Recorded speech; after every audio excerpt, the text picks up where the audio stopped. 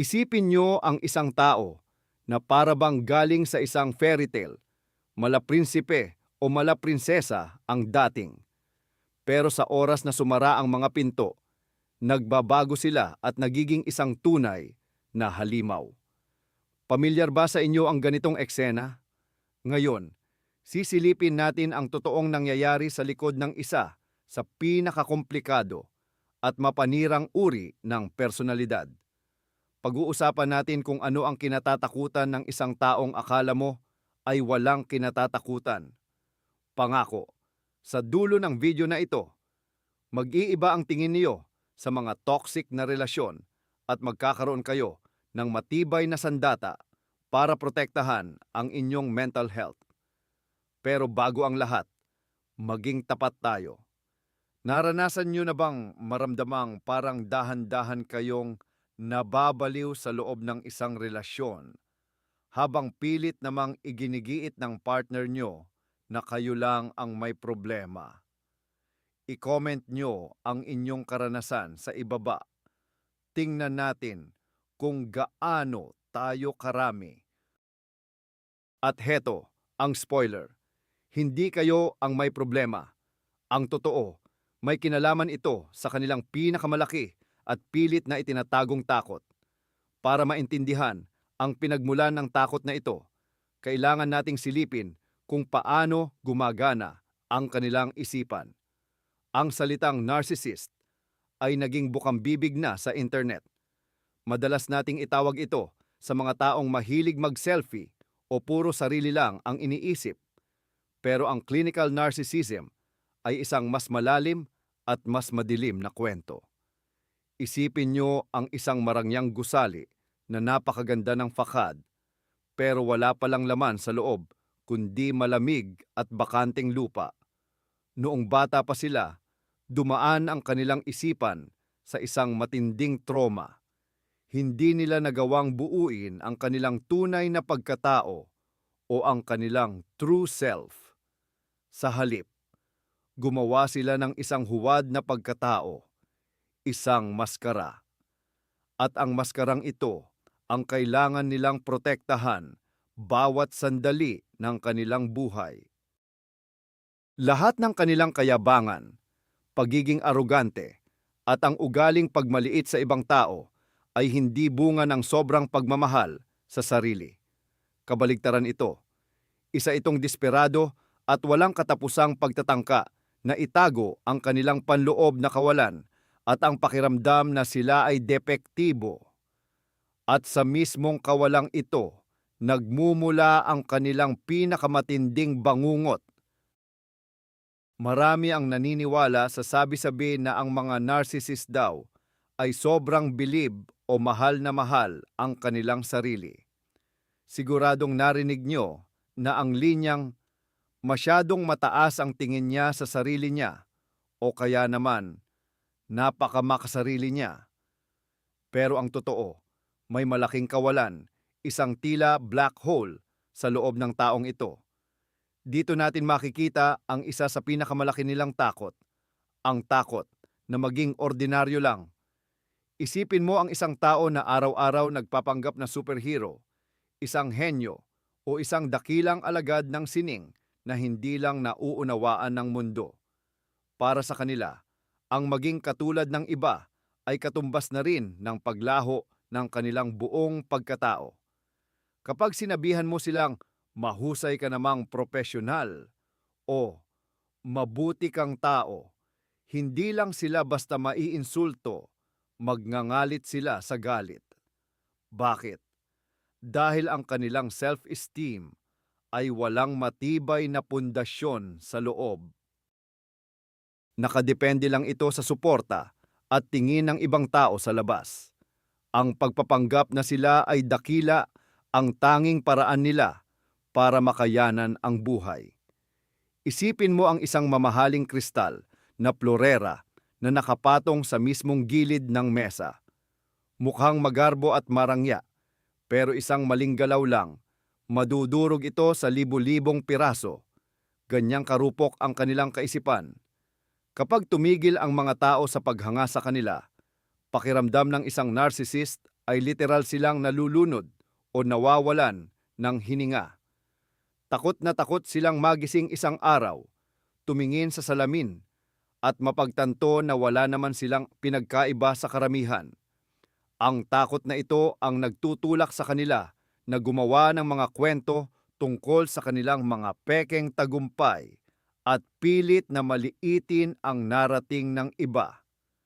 Dahil sa paningin nila, mas madaling magmukhang higante kung ang mga tao sa paligid nila ay pilit nilang pinapaliit. Pero kung susuriin nating mabuti, makikita natin ang pinakamatindi nilang kinatatakutan, isang bangungot na nakaparalisa sa kanila. Ito ay ang takot na mabuking. Alalahanin ninyo ang kwento ng Wizard of Oz. Sa likod ng makapangyarihan at nakakatakot na si Wizard, may isang maliit at takot na lalaking nagtatago lang sa likod ng kurtina at nagpapaandar ng mga lever. Ganyan na ganyan ang isang narsisista. Buong buhay nilang binuo ang ilusyon na sila ay dakila, perpekto at makapangyarihan.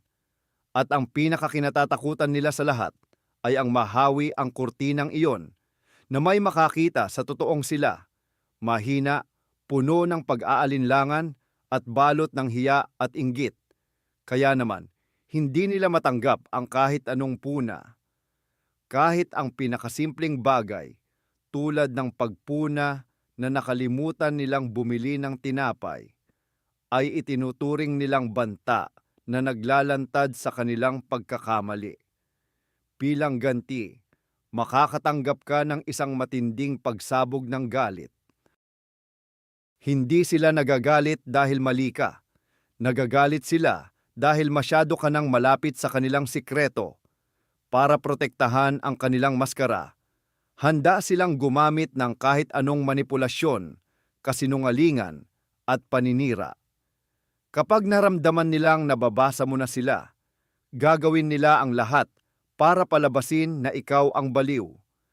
Babaligtarin nila ang katotohanan para lang mapanatiling ligtas ang kanilang huwad na pagkatao. Para sa kanila, ang mabuking ay katumbas ng pagkawasak ng kanilang buong mundo, ang pagguho ng kaisa-isang imahe na maingat nilang binuo para sa harap ng ibang tao. Ang susunod na kinatatakutan nila ay kadugtong lang ng nauna nating tinalakay. Ito ay ang mawalan ng kontrol sa iyo. Para sa isang narcissist, ang relasyon ay hindi pagsasama ng dalawang magkapantay na tao. Para sa kanya, isa itong laro kung saan siya ang may hawak ng tali at ikaw naman ang kanyang sunod-sunurang manika.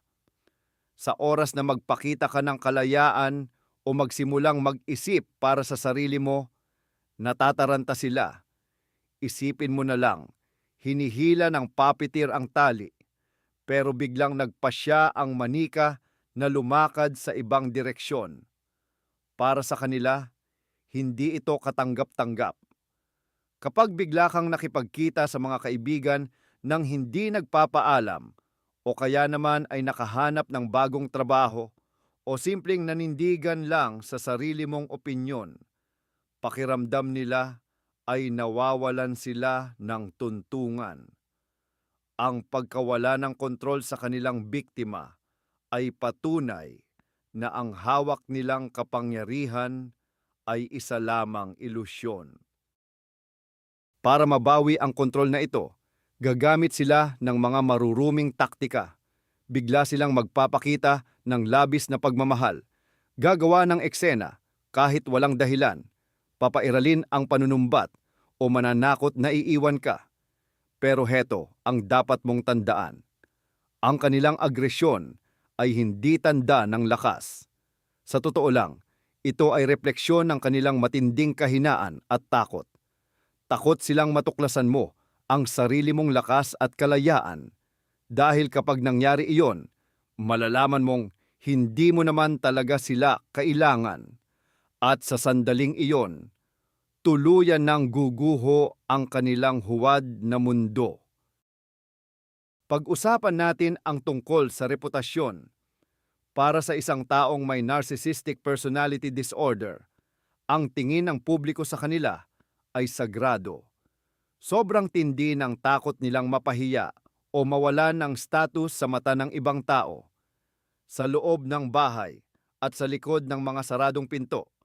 Kaya nilang maging isang malupit na diktador, nananakit, nang iinsulto at nang mamaliit. Pero kapag nasa harap na ng maraming tao, kasama ang mga kaibigan o katrabaho, bigla silang nagiging anghel. Nagiging sobrang bait, charming, at laging handang tumulong sa lahat. Ang laking pagkakaiba, di ba? Isang halimaw sa loob ng bahay, pero isang perpektong tao sa labas. Ito ang dahilan kung bakit madalas mabaliw ang mga biktima nila. Walang naniniwala sa biktima dahil ang nakikita ng lahat ay ang perpektong imahe ng narsistang ito. Bakit nila ito ginagawa? Dahil ang kanilang false self o pekeng pagkatao ay nabubuhay sa papuri at bilib ng lipunan. Kapag nasira ang reputasyon nila at nalaman ng lahat ang tunay nilang kulay, mawawalan sila ng lakas. Kaya naman, takot na takot silang malaman ng ibang tao ang katotohanan tungkol sa kanila. Ihihiwalay kanila sa mundo at uutusan na huwag ilabas ang baho ng tahanan. At kapag dumating ang oras na maghihiwalay na kayo, asahan mong sila ang unang tatakbo sa mga kakilala nyo para siraan ka. Sasabihin nilang, ikaw ang masama, ikaw ang hindi matino, at ikaw ang may problema. Kailangan kanilang unahan para protektahan ang sarili nilang imahe. Ang palabasin kang baliw ang nagsisilbing insurance nila para sa huli. Sila ang paniwalaan ng lahat at hindi ikaw. Ngayon, basagin naman natin ang isa pang mito. Maraming nag-aakala na ang pinakakinatatakutan ng isang narcissist ay ang kamuhian sila. Pero ang totoo, hindi. Ang galit ay isang malakas na emosyon at anumang atensyong ibinibigay mo sa kanila ay nagsisilbing pagkain. Sa psikolohiya, tinatawag itong narcissistic resource. Ang tunay nilang kinatatakutan, ang nakakapangilabot na takot nila, ay ang ganap na balewalain sila. Isipin mo ang isang energy vampire. Wala siyang pakialam kung anong dugo ang iniinom niya, maging matamis man ito mula sa pagmamahal mo, o mapait mula sa iyong luha at galit. Ang mahalaga, may dumadaloy na dugo. Kapag umiiyak ka, sumisigaw, o pilit na nagpapaliwanag, pinapakain mo siya. Pinapakita mo sa kanya na may kapangyarihan siya sa iyo, na mahalaga siya. Pero kapag bigla kang naging malamig, walang pakialam, at hindi na nagbibigay ng anumang reaksyon, doon na magsisimula ang kanyang emotional hunger. Kung hindi mo napapatulan ang kanyang mga provokasyon, kung titingnan mo na lang siya na parang hangin at magpapatuloy sa sarili mong buhay, unti-unti siyang mababaliw. Ang katahimikan at kawalan ng atensyon ang pipilit sa kanya na harapin ang sarili niyang kawalan at kadiliman na pilit niyang tinatakbuhan. Ito ang dahilan kung bakit pagkatapos ng hiwalayan, pilit silang bumabalik, nagpapadala ng mga kakaibang mensahe o gumagawa ng mga paninira. Kailangan nilang makuha muli ang atensyon mo, kahit katiting lang, para lang mapatunayan sa kanilang sarili na umiiral pa rin sila at may kontrol pa rin sa buhay mo. Tanggapin natin ang katotohanan. Ang pagkakaroon ng maayos na personal boundaries ay parang bawang sa vampira para sa isang narcissist.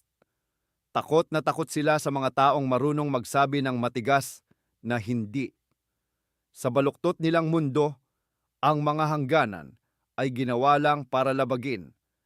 Kapag nagtakda ka ng limitasyon, halimbawa, nakiusap kang huwag kang tawagan sa hating gabi o tumanggi kang magpahiram ng pera, ituturing nila itong isang malaking insulto.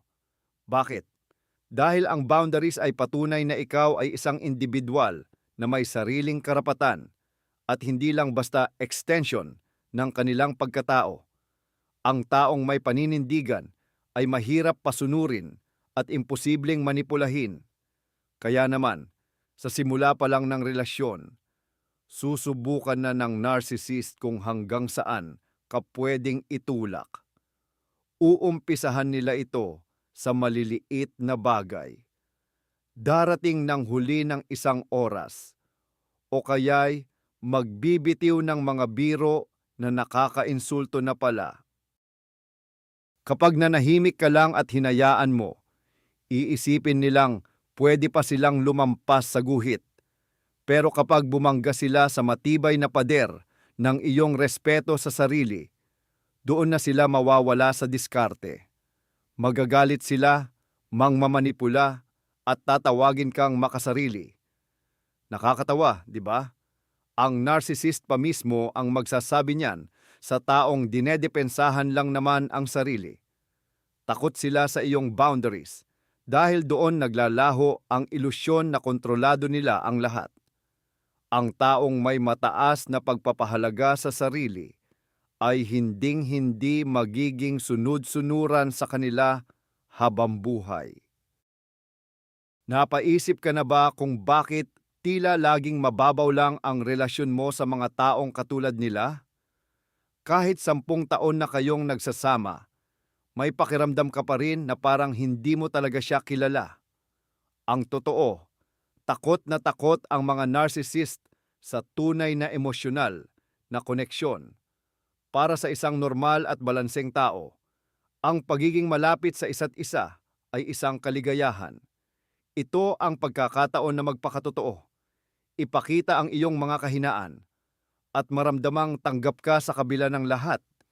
Pero para sa kanila, ang pagpapakita ng kahinaan ay parang isang malaking panganib. Kapag nagbukas sila ng loob, baka makita mo ang tindi ng kanilang kawalan at ang kawalan nila ng tiwala sa sarili. Kaya naman, palagi silang may suot na makapal na harang sa kanilang puso na hinding-hindi nila tinatanggal. Kaya nilang magkunwari na malapit sila sa iyo, magsambit ng mga mabulaklak na salitang parang galing sa pelikula, pero mararamdaman mo pa rin ang isang uri ng panlalamig. Sa sandaling maging seryoso at malalim na ang inyong samahan, bigla silang matatakot at lalayo. Maaari silang biglang makipag-away dahil sa maliliit na bagay, biglang mawawala ng ilang araw, o di kaya'y magtataksil sa iyo. Ginagawa nila ang lahat ng ito para sa isang layunin, ang layuan ka. Lagi ka nilang inilalagay sa distansyang hindi mo sila lubos na maabot. Sapat na malapit para makuha ang iyong atensyon, pero sapat na malayo para hindi mo masilip ang kanilang kaluluwa at makita ang tunay at takot nilang pagkatao. Isa pang bangungot na araw-araw silang ginagambala ay ang pagiging malaya mo. At hindi lang ito tungkol sa emosyon. Kasama rito ang mga praktikal na bagay, gaya ng pera mo, karir mo, at sarili mong matitirhan. Ang isang maayos na partner ay laging natutuwa sa mga tagumpay at pag-unlad mo. Pero para sa isang narcissist, ang lakas mo ay direktang banta sa kanilang pagkatao. Kapag may sarili kang pera, magandang trabaho, at matatag na samahan sa mga kaibigan, kaya mong mag-impake at lumayas anumang oras. At alam naman natin na para sa kanila, hindi nila kayang mawalan ng kontrol. Kaya naman, gagamit sila ng taktikang unti-unti kang ihihiwalay sa iba para pahinain ka. Sa una, baka malambing pa nilang imungkahi na mag-resign ka na sa trabaho. Sasabihin nilang, bakit ka pa magpapakahirap? Ako na ang bahala sa ating dalawa.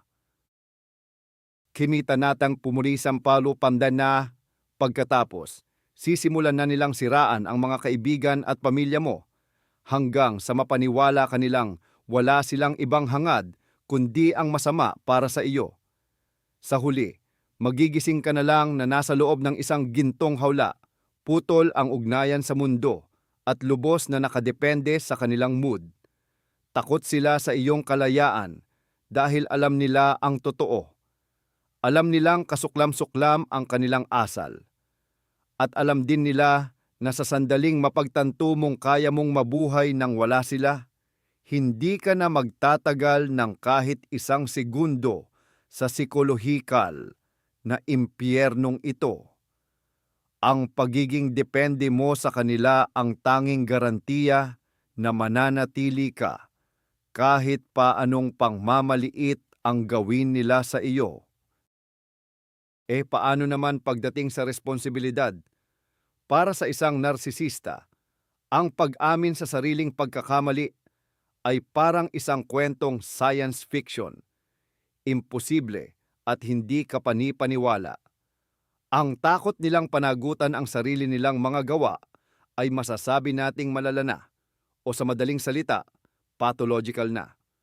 Sa isang normal at maayos na relasyon, ang mga tao ay nag-aaway, nagbabati, humihingi ng tawad, at natututo sa kanilang mga mali. Pero sa mundo ng narsisista, laging may ibang sisisihin. Ang sitwasyon, ang masamang panahon, ang boss, kahit pa ang aso ng kapitbahay, huwag lang sila. At kadalasan, ikaw ang palaging lumalabas na may kasalanan. Kapag nagwala siya at sinigawan ka, sasabihin niyang ikaw ang nag-trigger sa kanya. Kapag nagtaksil siya, isisisi niya ito sa kawalan mo raw ng atensyon. Grabe silang manggaslight para lang baluktutin ang katotohanan at mapaniwala kang ikaw ang may problema o ikaw ang hindi matino. Bakit ba hirap na hirap silang magbitiw ng simpleng salitang patawad? Dahil para sa kanila, ang pag-amin sa mali ay sisira sa imahe nilang tila isang perpektong Diyos. Kapag inamin nilang nagkamali sila, mabibitak ang kanilang false self o yung pekeng pagkatao na binuo nila. Hindi kaya ng psyche nila ang makaramdam ng hiya, kaya ginagamit nila ang mekanismo ng projection. Kukunin nila ang sarili nilang guilt, hiya at maruruming kaisipan at pilit na ipapasa o isusuksok ito sa iyo. Ipaparamdam nila sa iyo na ikaw ang dapat makonsensya sa mga bagay na sila naman ang gumawa. Ang takot na ito na magmukhang mali ang dahilan kung bakit imposible nang maayos ang anumang problema sa relasyon. Dahil para sa kanila, ang problema ay laging nasa iyo at hinding-hindi sa kanila. Madalas nating napapansin ang mga taong tila baliw na baliw sa kanilang hitsura, sa pananatiling bata, at sa kanilang katayuan sa lipunan. Dito natin masisilip ang kanilang pinakamalalim na takot, ang takot sa pagtanda at sa pagkawala ng kanilang alindog. Para sa karamihan, ang pagtanda ay bahagi lang ng buhay, isang natural na paglipat sa bagong yugto. Pero para sa isang narsisista, ito ay isang malaking sakuna.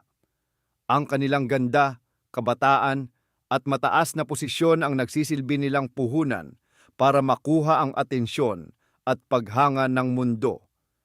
Kapag nagsimula ng kumupas ang kanilang ganda at humina ang katawan, batid nilang mas mahihirapan na silang mangakit ng mga bagong biktima o panatilihin ang mga dati na.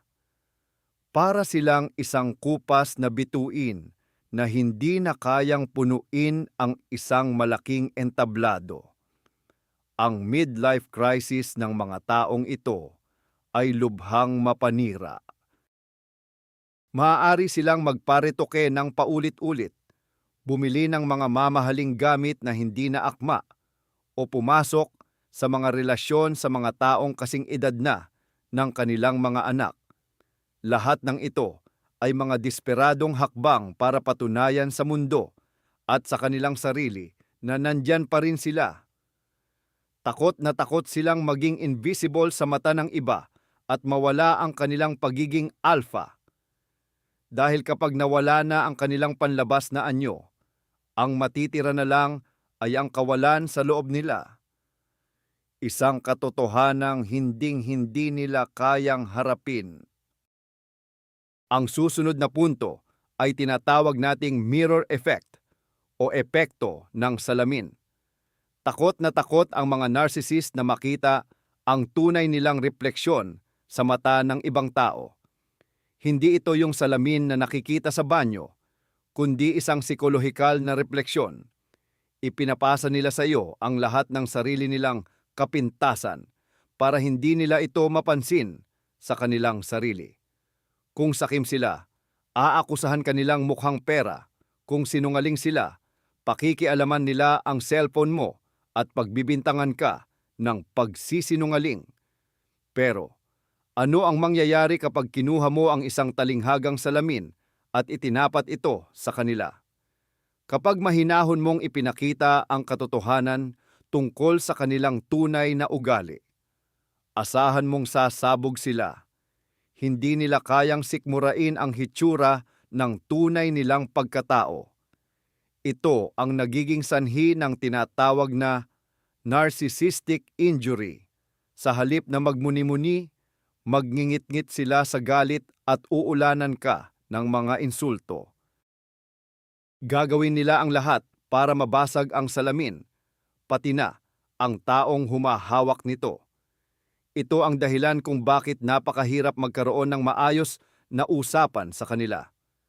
Sinusubukan mong ayusin ang problema gamit ang mga ebidensya, pero ang isasagot nila ay tantrums at pagbaling ng sisi sa iyo.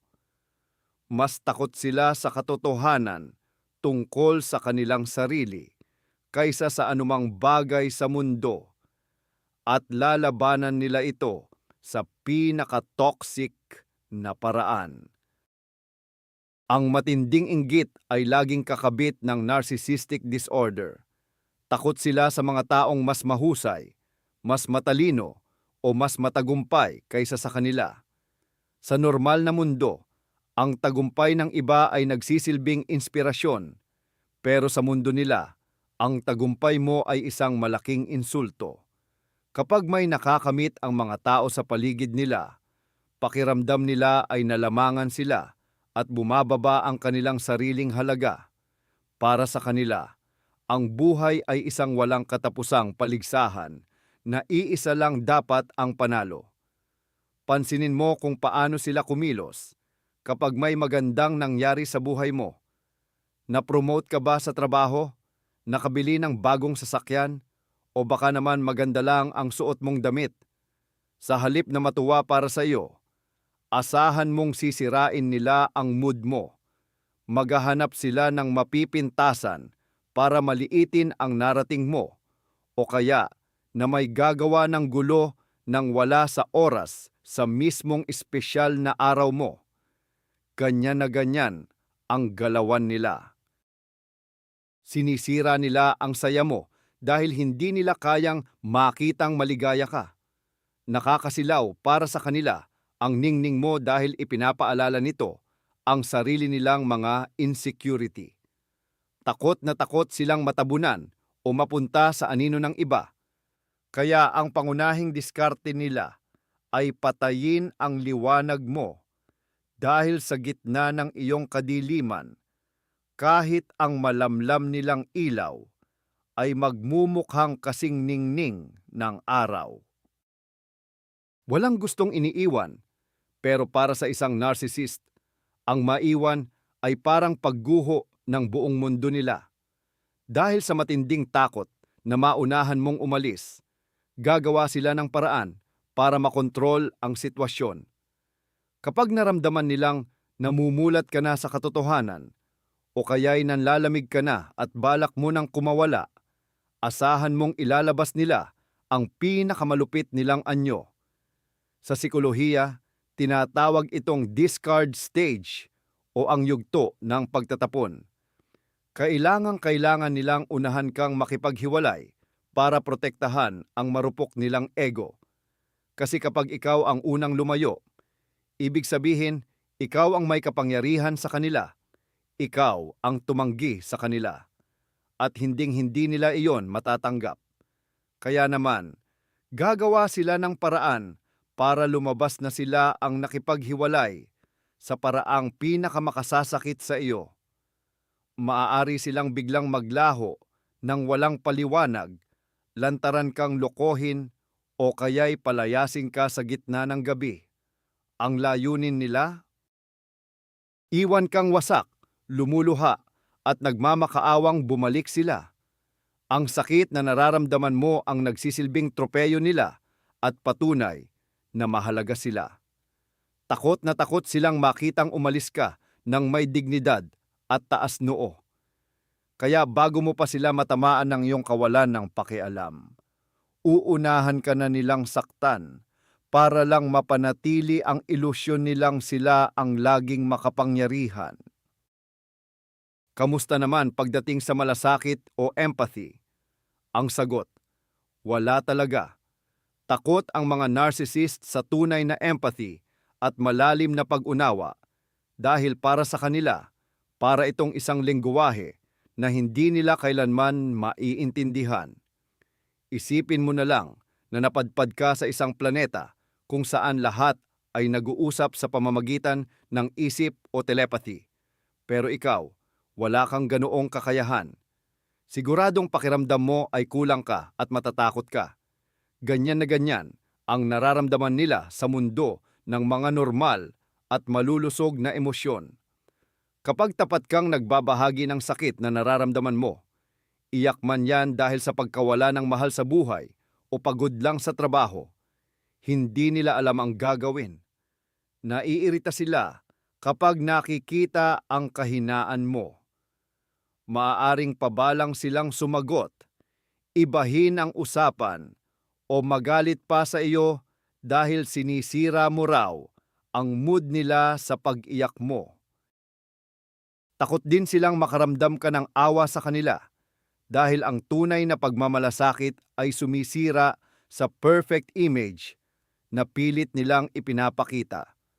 Gusto nilang hangaan sila, katakutan o sambahin, pero hinding-hindi ang kaawaan. Ang pakikiharap sa malalalim na emosyon ay naglalantad sa kanilang emotional disability.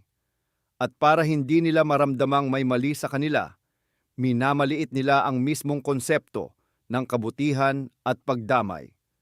Para sa kanila, ang mga taong marunong umunawa at nagpapakita ng malasakit ay mahihina at talunan.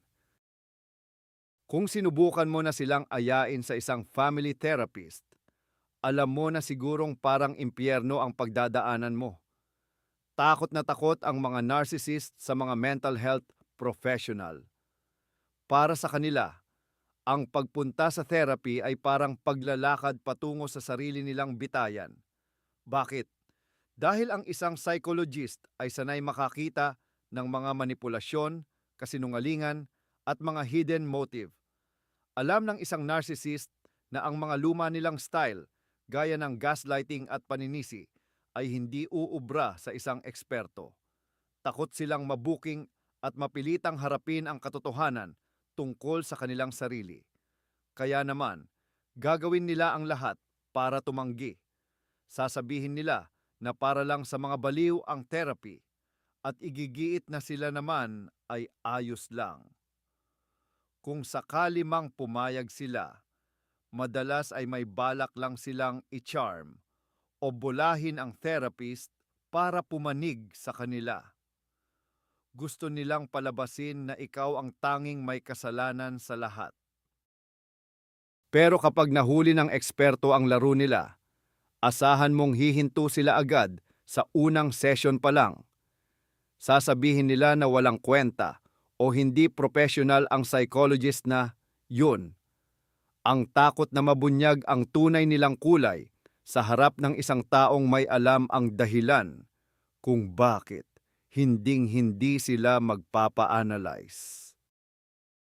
Akala mo tapos na ang bangungot ng maghiwalay kayo, pero ang totoo, may isa pang matinding pagsubok na naghihintay sa iyo. Takot na takot ang isang narcissist kapag nakikita niyang masaya ka na kahit wala siya. Sa isip kasi nila, Dahil nawala ang isang perpektong tao na gaya nila, dapat ay habambuhay kang nagluluksa. Gusto nilang makita na nakadungaw ka lang sa bintana, umiiyak, at nagsisisi dahil wala na sila sa buhay mo. Pero kapag nakita nilang mas lalo kang nag-bloom, nagkaroon ng magandang trabaho, nakahanap ng taong totoong nagmamahal sa iyo, at muling natutong mangumiti, para itong isang malakas na sampal sa kanila.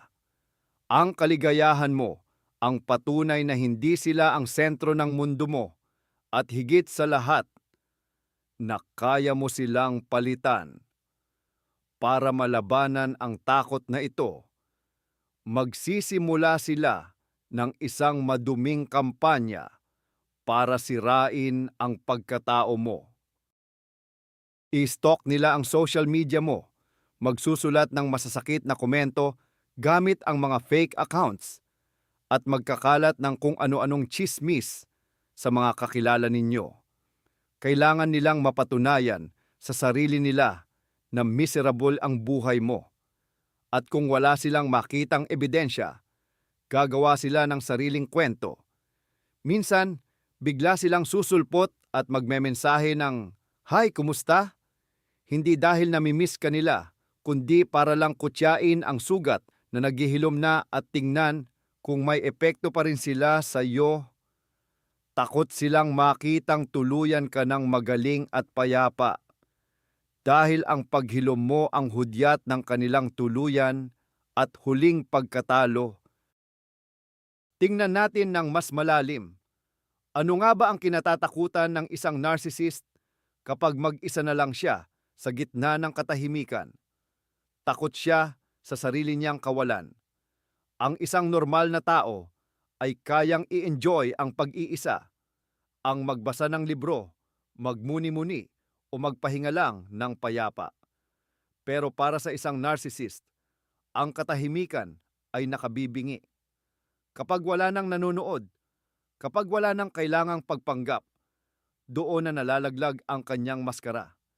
Maiiwan siyang mag-isa kasama ang malaking guwang sa loob ng kanyang pagkatao. Sa loob na iyon, walang tunay na hilig, walang totoong pagmamahal, at walang matibay na pundasyon. Ang nananatili lang ay ang walang katapusang hiya at ang pakiramdam na wala siyang silbi. Para hindi sila lamunin ng dilim na iyon, kailangan nilang laging gumawa ng ingay. Kailangan nila ng adrenaline, ng drama, ng gulo, at ng mga bagong karelasyon. Kailangan ay laging may nangyayari. Kahit payapa ang lahat sa bahay, gagawa at gagawa sila ng eksena kahit sa maliit na bagay para lang makaramdam ng matinding emosyon. Hindi nila kayang mamuhay ng tahimik at panatag. Ang pagiging laging abala at ang pagpapahirap sa mga taong malapit sa kanila ay paraan lang nila para takasan ang sarili nilang mga demonyo.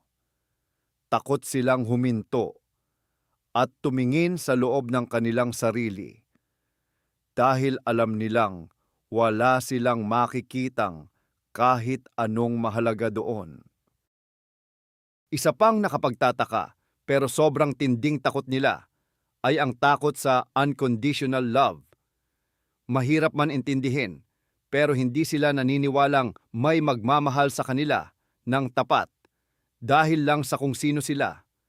Sa baluktot nilang pananaw, ang lahat ng relasyon ay parang negosyo. Kailangang may pakinabang o kapalit. Kapag gumawa ka ng mabuti ng galing sa puso, maghihinala agad sila. Iisipin nilang gusto mo lang silang manipulahin o may kailangan ka sa kanila. Hindi kayang tanggapin ng isip nila ang ideya ng pagiging tapat at bukas palad. Kaya naman, ang tunay mong pag-aalaga ay madalas nilang sinasagot ng pagdududa o galit. Susubukan nila ang pasensya mo, itataboy ka o ipapahiya para lang mapatunayan sa sarili nila ang teorya nila. Sabi ko na nga ba, hindi niya ako mahal. Pera o status ko lang ang habol niya. Takot silang maniwala sa tunay na pag-ibig dahil kailangan nilang ibaba ang kanilang depensa at magtiwala sa iyo. At gaya ng nabanggit na natin, ang pagtitiwala para sa kanila ay katumbas ng kamatayan. Kaya naman unti-unti nilang sinisira ang pagmamahal ng mga taong tapat sa kanila at mas pinipili ang mga mababaw na relasyon kung saan malinaw ang lahat at kontrolado nila ang sitwasyon. Ang pagbibiro ay isang mahalagang bahagi ng anumang relasyon, pero hindi kapag narcissist ang kasama mo. Ang kanilang ego, na bagamat mukhang matatag, ay napakarupok pala, ay hindi kayang tanggapin ang kahit anong uri ng panunukso. Isa sa pinakamalalim nilang takot ay ang magmukhang katawa-tawa o mapahiya sa harap ng ibang tao. Dito mo makikita ang malaking pagkakaiba. Gustong-gusto nilang pagtawanan ang iba. Mahilig silang magbitiw ng mga mapanirang salita o manghiya sa harap ng iyong mga kaibigan at sasabihing biro lang ito para makalusot. Pero subukan mong gantihan ang kanilang biro. Subukan mong punahin ang bago nilang suot o kahit ang isang maliit nilang pagkakamali.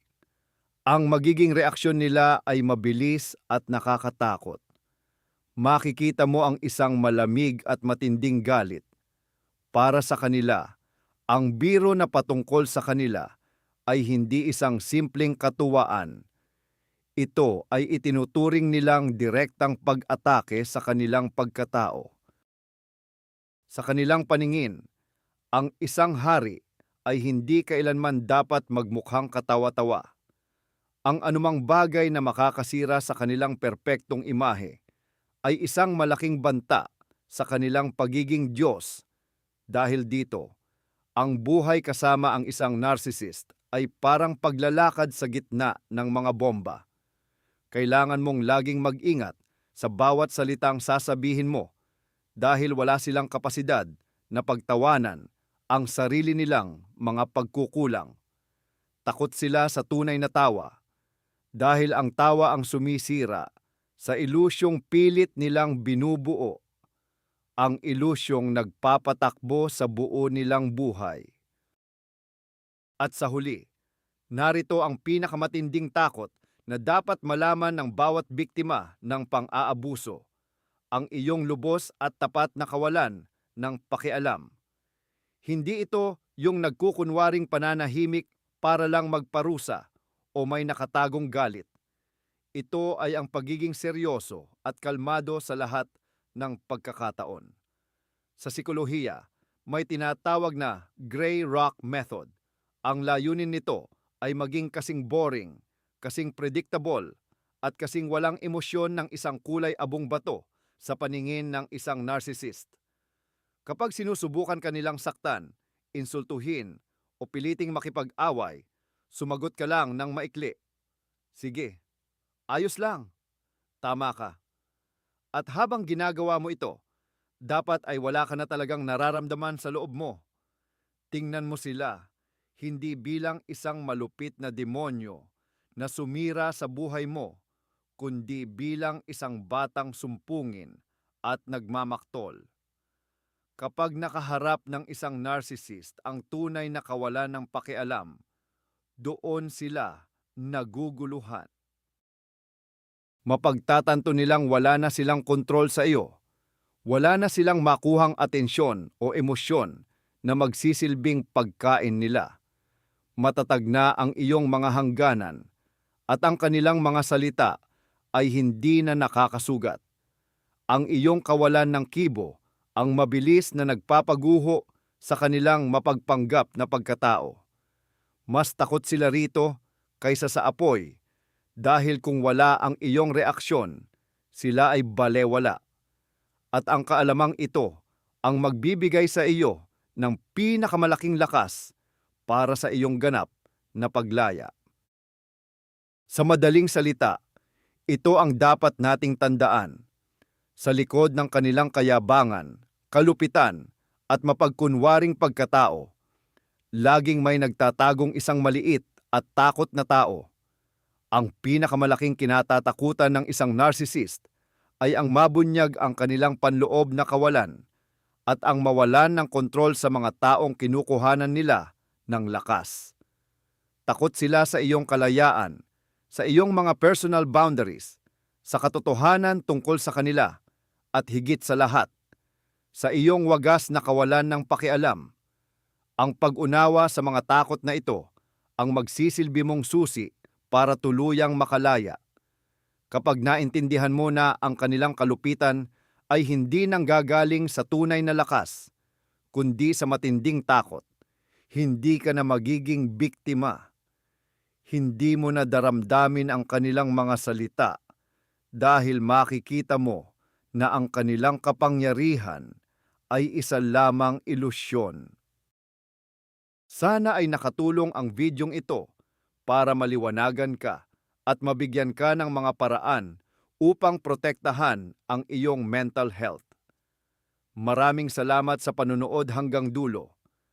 Kung naging kapaki-pakinabang ang impormasyong ito, huwag kalimutang mag-subscribe sa ating channel, i-like ang video at i-share ito sa mga taong sa tingin mo ay nangangailangan nito ngayon.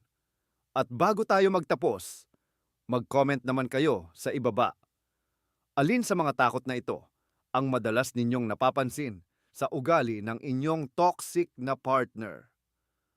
Pag-usapan natin yan sa comments section.